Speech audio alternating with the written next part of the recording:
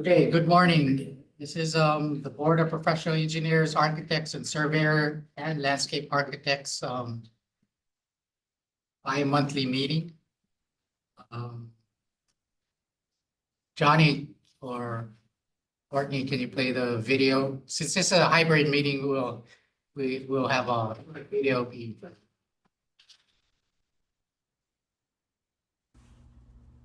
Welcome to the Professional and Vocational Licensing Virtual Board Meeting. When the meeting begins momentarily, the chair will take a roll call, explain any specific rules for this particular board, and then move to public comment. The name of the board member will appear on the bottom left-hand corner of your screen. For instance, this is board member Y, and this is board member E. Public testimony will be accepted at the beginning of the meeting and before each agenda item. You can indicate that you are ready to testify by clicking on the Raise Hand button being circled by the mouse on your screen now. At the appropriate time, the board will recognize you to speak and ask you to unmute your mic as shown here. Again, public testimony will be accepted at the beginning of the meeting and before each agenda item. Public attendees will not be able to unmute their microphone until recognized by the board. Public attendees who are recognized to testify will be asked to identify themselves by name and their affiliated organization if applicable. Please mute your microphone when you are finished speaking as a courtesy to others and members of the board. Public attendees will not be able to unmute themselves after the testimony is completed unless recognized again after raising their hand. At some point during the meeting, the board may choose to move into executive session. When the board moves into executive session, the board members' microphones and video feeds will be turned off, and a similar screen as you see now will be displayed. When the board returns from executive session, their microphones will be turned on as well as their video cameras. Welcome again to the Professional and Vocational Licensing Virtual Board Meeting. At this time, the chair will call the meeting to order and take a roll call, as well as explain any additional rules that may be specific to this board. Thank you. Prior to the roll call, the Vice Chair, Mr. Tony Lau, will read some additional procedures on this hybrid meeting. Thank you. To view the meeting and provide live oral testimony, please use the link at the top of the agenda. You will be asked to enter your name. The board requests that you enter your full name, but you may use a pseudonym or other identifier if you wish to remain anonymous.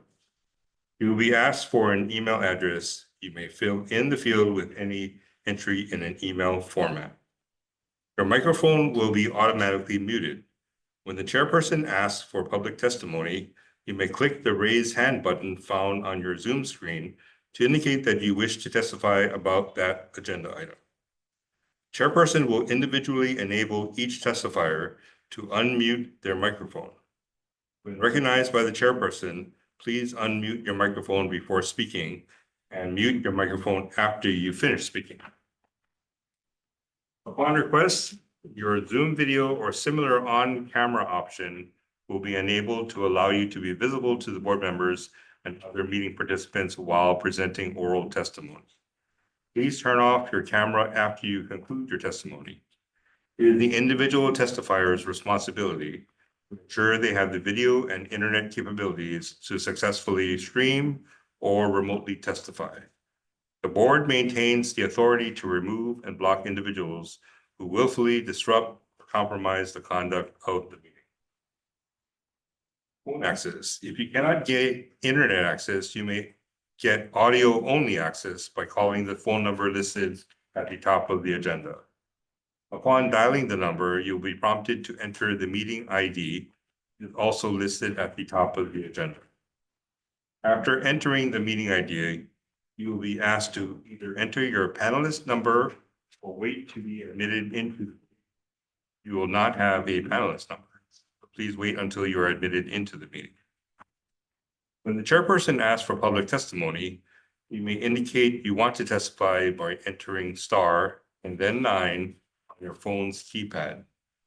After entering star and then 9, a voice prompt will let you know that the host of the meeting has been notified. When recognized by the chairperson, you may unmute yourself by pressing star and then 6 on your phone. A voice prompt will let you know that you are unmuted. Once you are finished speaking, please enter star, then 6 again to mute yourself. For both internet and phone access, when testifying, you will be asked to identify yourself and the organization, if any, that you represent. Each testifier will be limited to 5 minutes of testimony per agenda item. If connection to the meeting is lost for more than 30 minutes, the meeting will be continued on a specified date and time. This information will be provided on the board's website. Instructions to attend State of Hawaii virtual board meetings may be found online on the board website. Thank you, Mr. Lau. Now I'll take a roll call to establish a quorum for this meeting. Nancy Cassandro. Here. Ryan Fujiwara. Here. Ann Hirota. Here. Alan Inaba. Here. Jay Ishibashi. Here. Kevin Katayama. Here. Joe Kurokawa. Thank you. So I think he's just running late. Howard Lau. Here. Tony Lau. Here. Jonathan Lucas. Clayton Pang. Here. Janet Primiano. Here. And John Takitani. Here. Seeing that we have a quorum, I'd like to call the meeting to order at 10:07 a.m. Just as a reminder, every time for the board members, if you can state your name every time you speak for any particular topic. Okay, moving on to agenda number 2, chair announcements. We'd like to appreciate an outgoing board member, Ann Hirota, who is a land surveyor portion of the member of the board. Thank you, Dan. Dan served a full 2 terms, 8 years from 2017 to 2025. This is on top of his previous 8 years of service during the previous terms with the board. Would you like to say a few words, Dan? No, I'll keep it short. Yeah, 16, I guess 17 years went pretty quickly. I hope to be back on. I'll do my timeout and then be back on. So maybe I'll see everybody again. And then on behalf of our department and the division and myself, presenting Dan with this nice certificate of appreciation. Just really thank you for your years of service to the Okay. board. Thank you.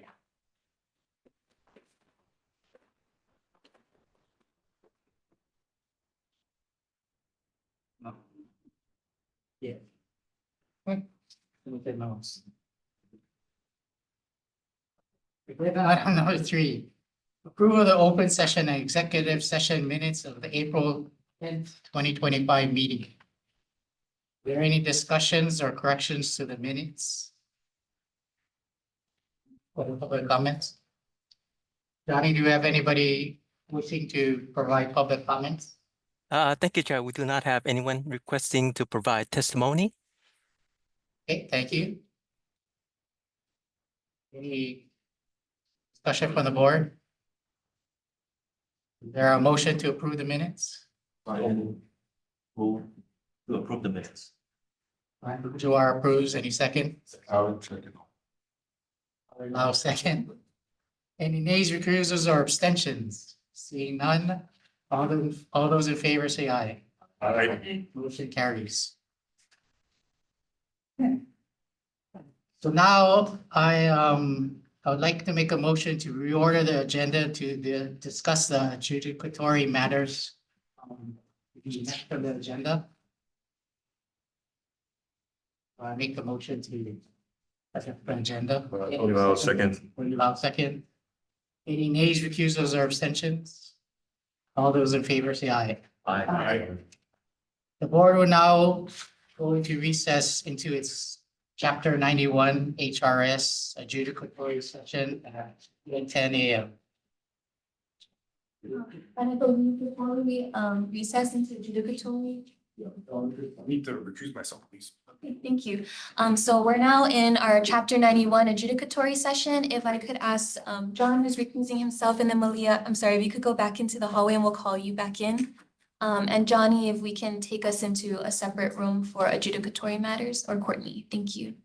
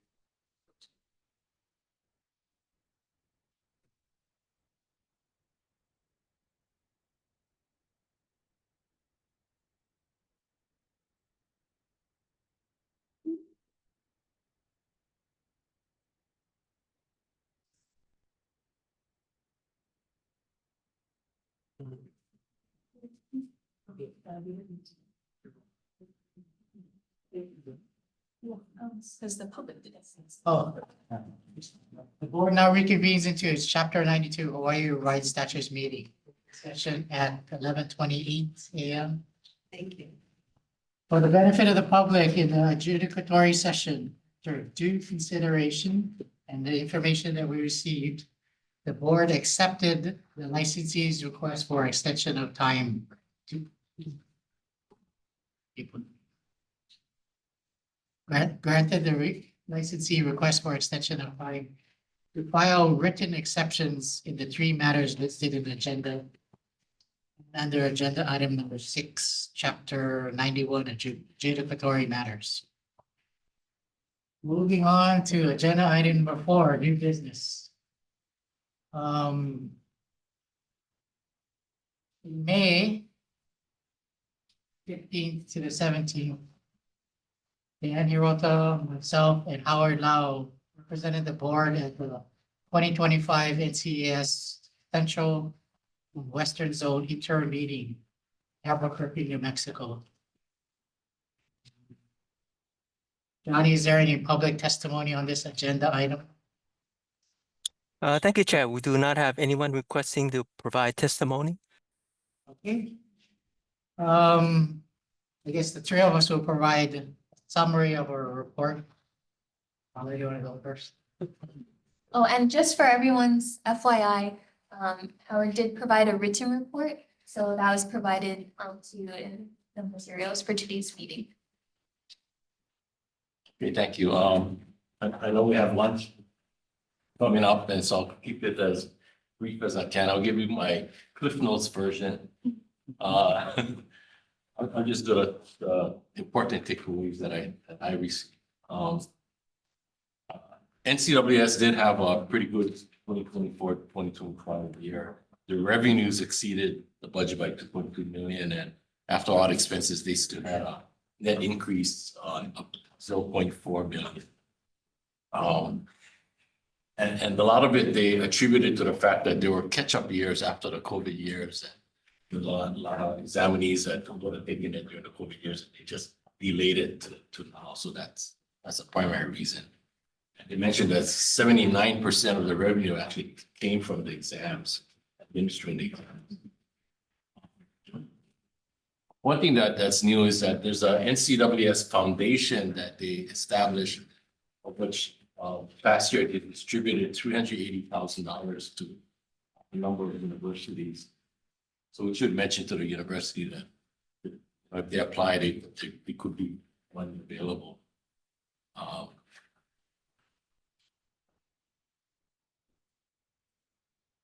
One of the key issues that we had was SC exam.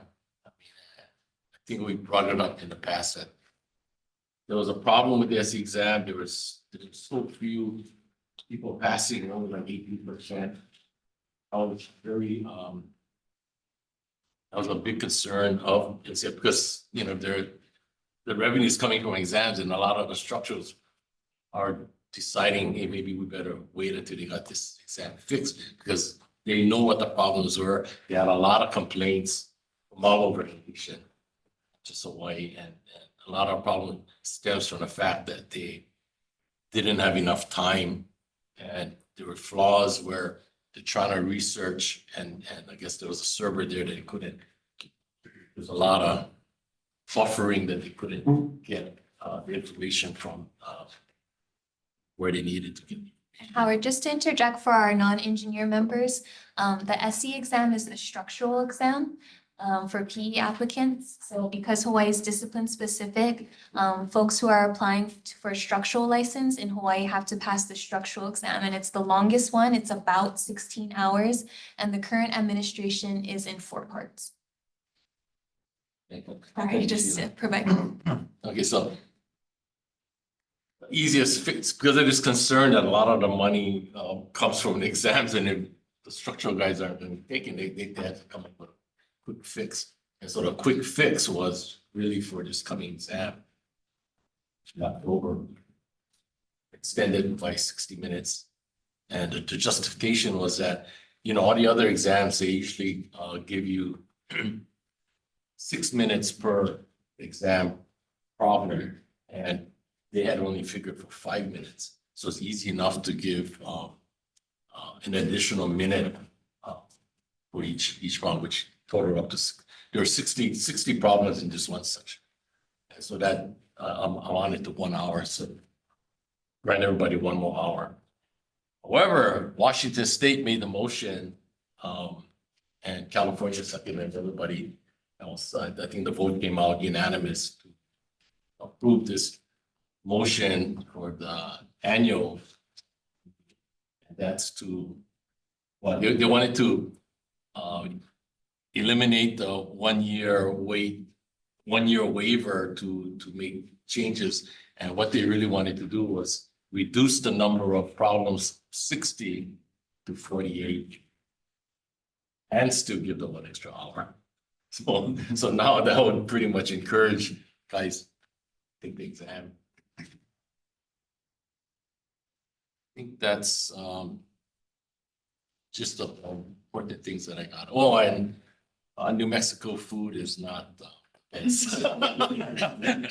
Kevin and I had a hard time finding any place.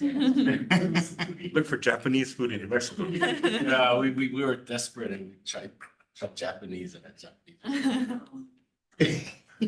They can add on the civil. Howard. Yeah, so to keep it quick, besides Howard's summary, I attended the surveying forum. And most of the time, probably too much time was spent discussing motions, which there wasn't really anything of substance. It was more technicalities and changing wording. But there was discussion on the PLSS exam, which is currently being developed, and talk about you know, what states would require that, and if any changes to our legislation are needed. So that might be something that we would look into. We wouldn't require it because we're a non-PLSS state. It's a public land survey system. It's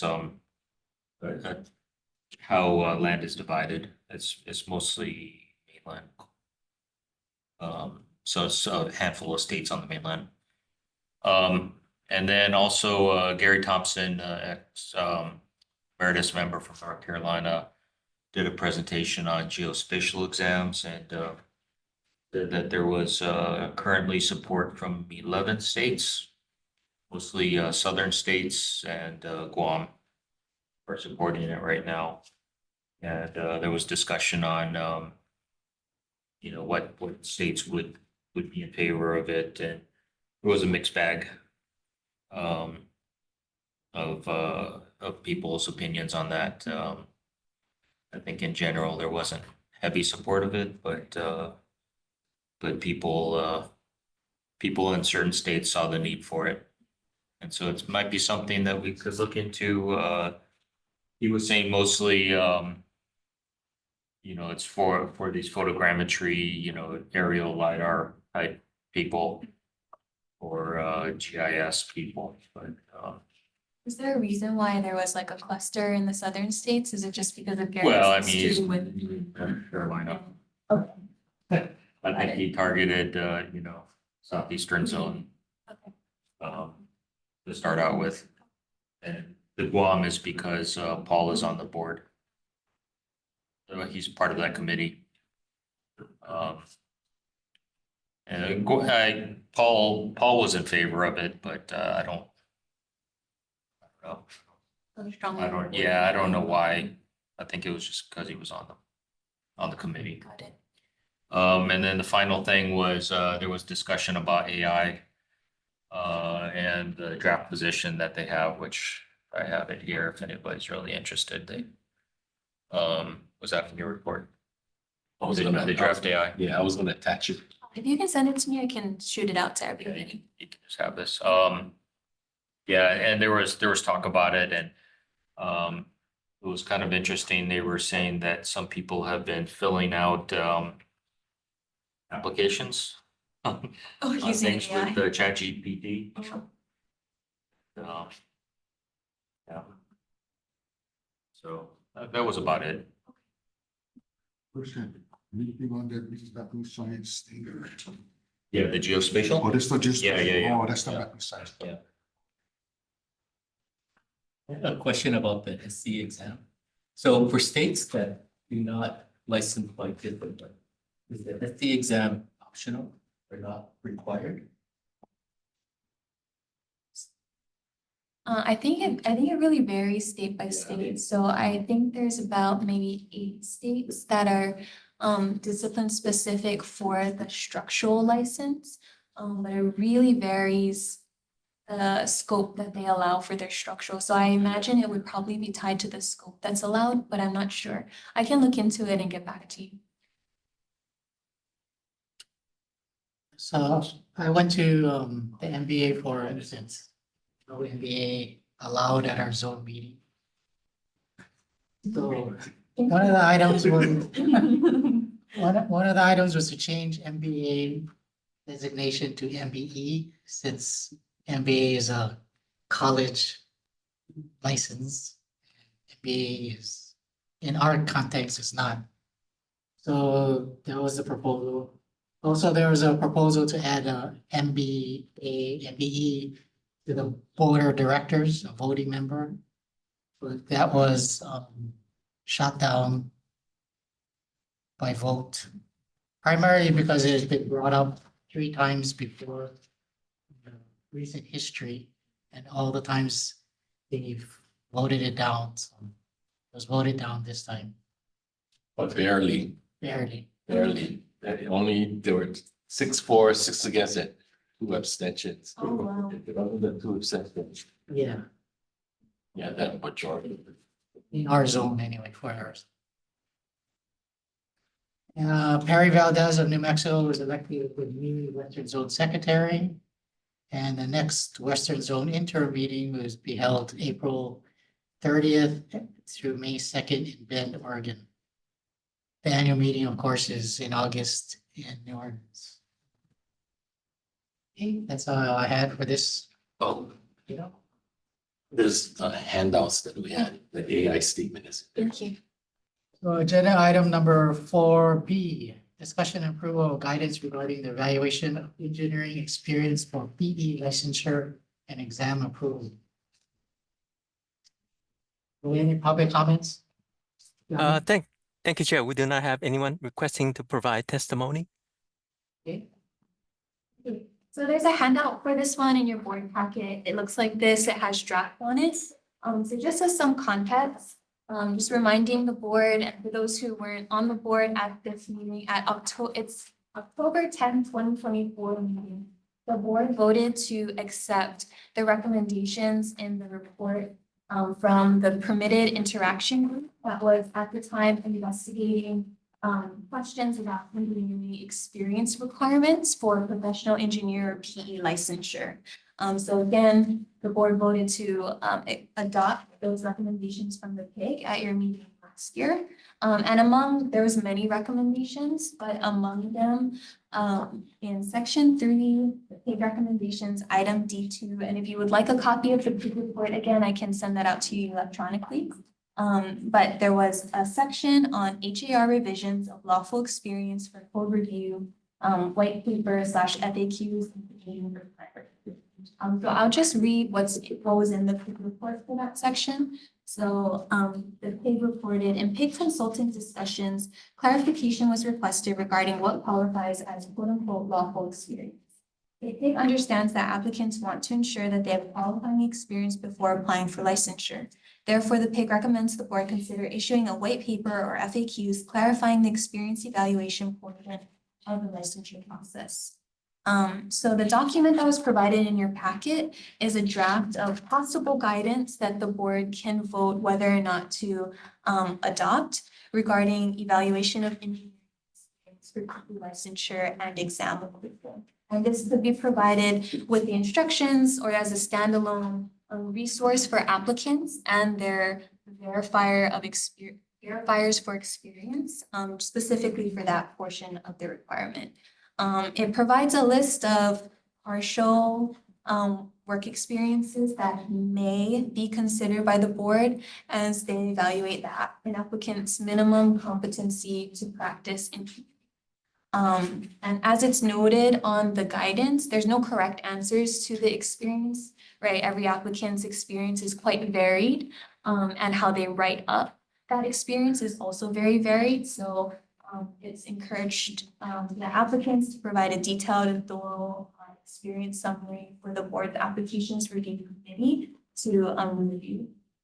So it kind of breaks it down into certain sections, somewhat similar to the architects and the landscape architects.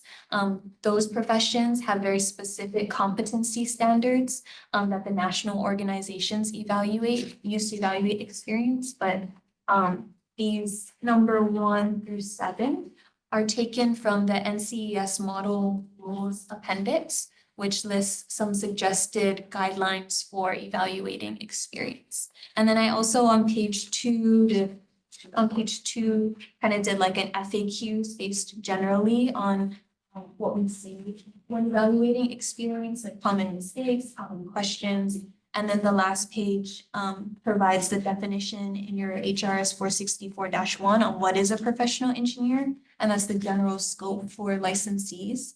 And then also, again, we are discipline-specific jurisdiction. So applicants are required to apply for a PE license in a specific discipline, and they must meet the discipline-specific requirements for licensure. So that's also there. And so I'm requesting that you consider this document if there's any amendments that need to be made or feedback, or otherwise you can vote to accept it, and it would just be provided as a guidance document. And if you do accept it, I would just also, I'll put a footnote that this is provided for informational and explanatory purposes only. It's not considered binding on the board or the department, and all of that kind of language. Because the laws and rules are the guiding authority for how experience. Any questions? You're always looking at me. No, I'm just looking down the table.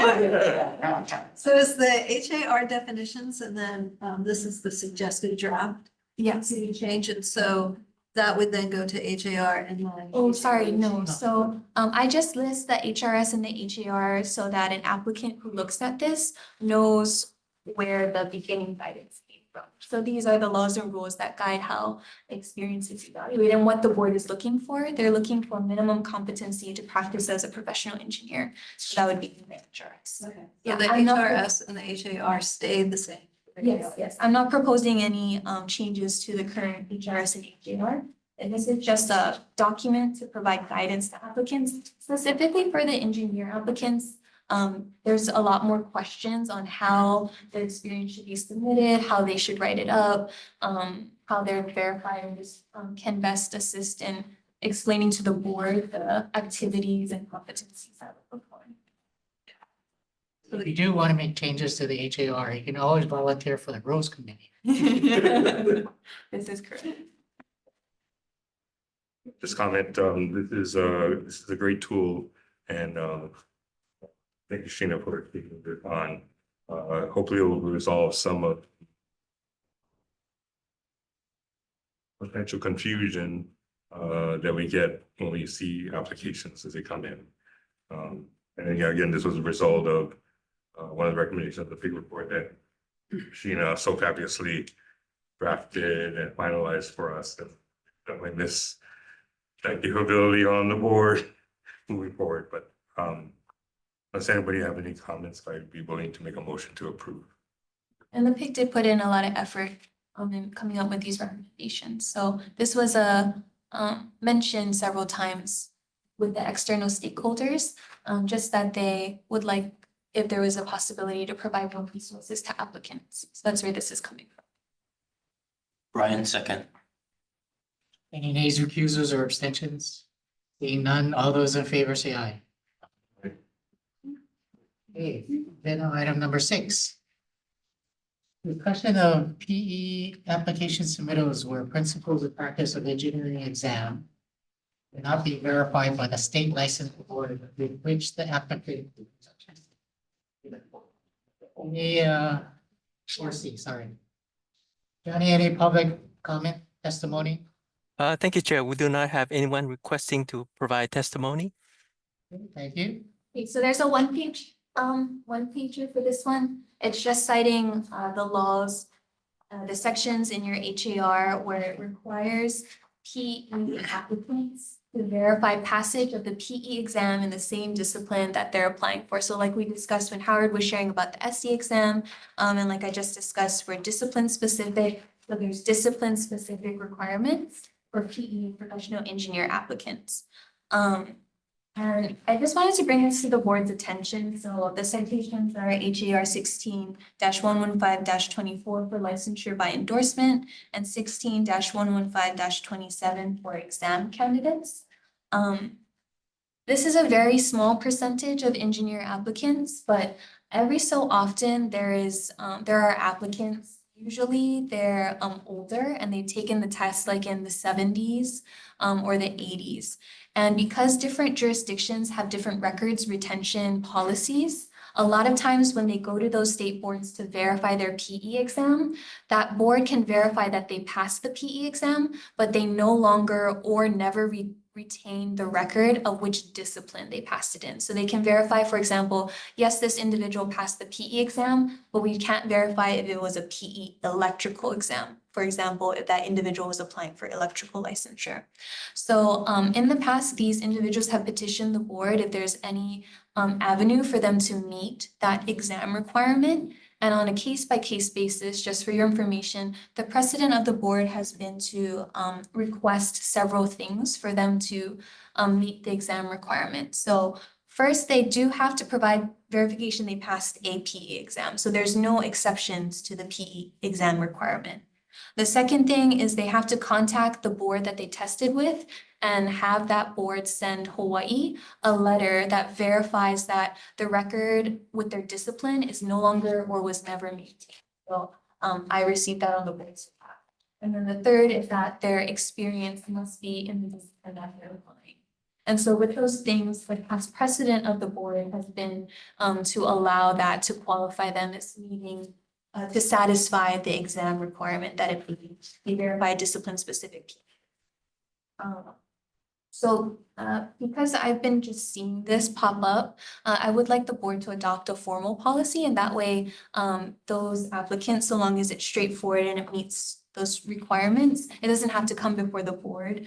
And the EO can just take that precedent and the policy that the board owns upon to help better advise future applicants when they might encounter this issue.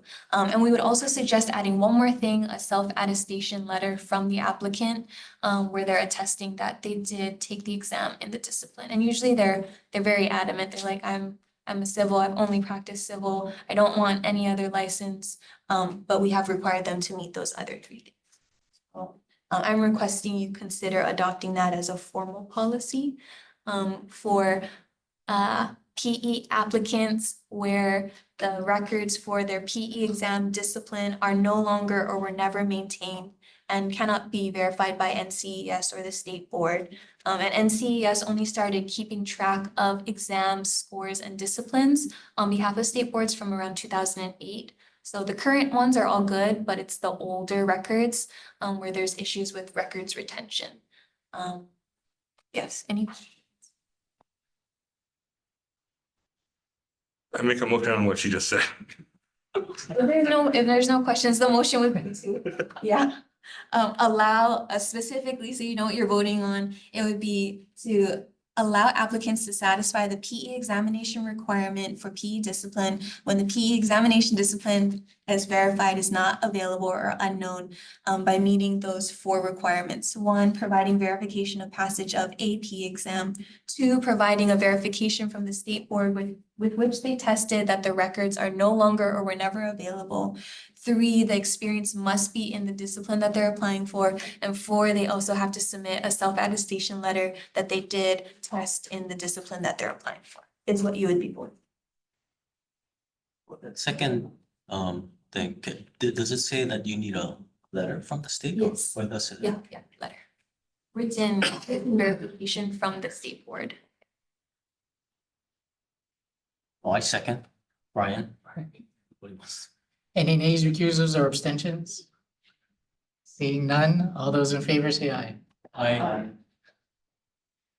Okay, agenda item number 4D, Mr. Steve Unknown. Stephen? Unknown. Thank you, Mr. Pronon, for your patience. Uh,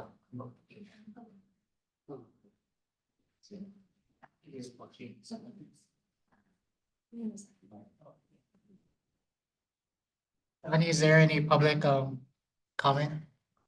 Thank you, Chair. We do not have anyone requesting to provide testimony. For Johnny or Courtney, I do see that we have the individual on our call, so you can promote him as panelist so he can address the board.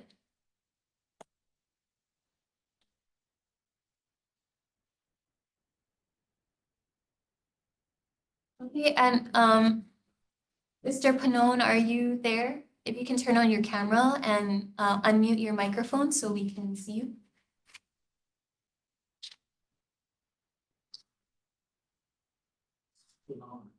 Okay. Mr. Panon, are you there? Okay, we'll give him a little bit to come on, but while he's working out his tech and hopefully he's still on the call, just some background for the board. So Mr. Panon was issued a conditional PE civil license on December 3rd, 2024. And the license condition is that the licensee appear before the board either virtually or in person for a check-in at 6-month intervals. At these check-ins, the licensee must provide the board with a list of Hawaii projects that he has worked on to date. The check-in condition will remain a requirement indefinitely with the option for the licensee to petition for its removal upon approval of the board. And so the licensee indicated that he intended to appear before the board virtually today to meet that reporting requirement. It is at the 6-month mark. The board was provided with all the background information, confidentially, since a lot of it was. I'm here. Okay. Sorry, I'm out in the field today, and so I'm using remote sensing. No worries. Can you hear us okay? I can hear you loud and clear. Okay, great. Thank you. So you are welcome to report to the board. They did receive your written report that you submitted via email. So any other comments that you wanted to provide? I have no other comments other than I just have one project, and it's at the 95% level, and they appear to be very happy with the work that I've been doing to date. Okay. Thank you. And I know that we were corresponding by email, but just for the board's record, can you just clarify you are not asking the board to remove the condition? If the board would be willing to remove the condition, I would appreciate that, but I understand you want that condition there, and I want to whatever it takes to continue working and keep the board happy is what I'm willing to live with. Okay. So the board won't consider it at this time unless you would like to insist that they do so.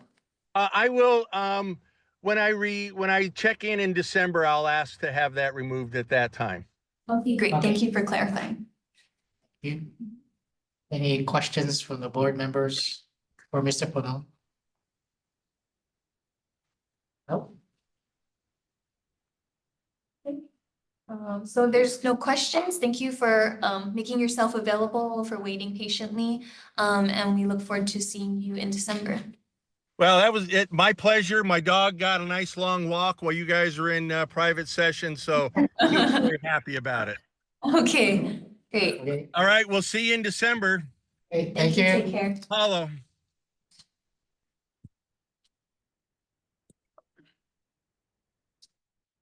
Public comment? No.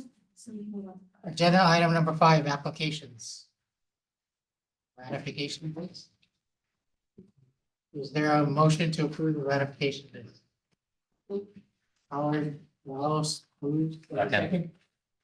Dan, second. Any nays, recusals, or abstentions? Seeing none, All those in favor say aye. Okay, agenda item number 5B, recommendation from the Applications Review Committee.